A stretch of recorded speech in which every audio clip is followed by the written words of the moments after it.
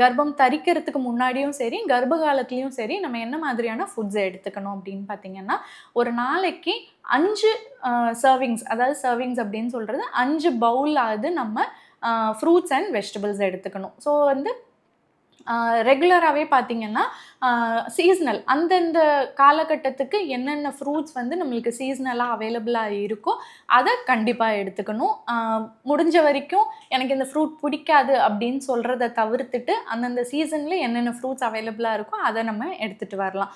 முக்கியமா நீங்க பார்த்தீங்கன்னா, நம்ம மாதுளம்பழமா இருக்கட்டும், கொய்யா, ஆரஞ்ச், கிரேப்ஸு, ஆப்பிள் இந்த மாதிரியான ஃப்ரூட்ஸ வந்து நம்ம எடுத்துட்டு வரலாம்.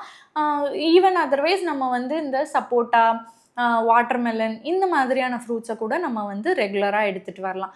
ஸோ அதே மாதிரி வெஜிடபிள்ஸ் அப்படின்னு பார்த்தீங்கன்னா, நம்மளுடைய நாட்டு காய்கறி, பச்சை பசேல்னு இருக்கக்கூடிய காய்கறிகள், கீரைகள் டெய்லியுமே வந்து ஒரு கீரை வந்து நம்ம எடுத்துக்கலாம்.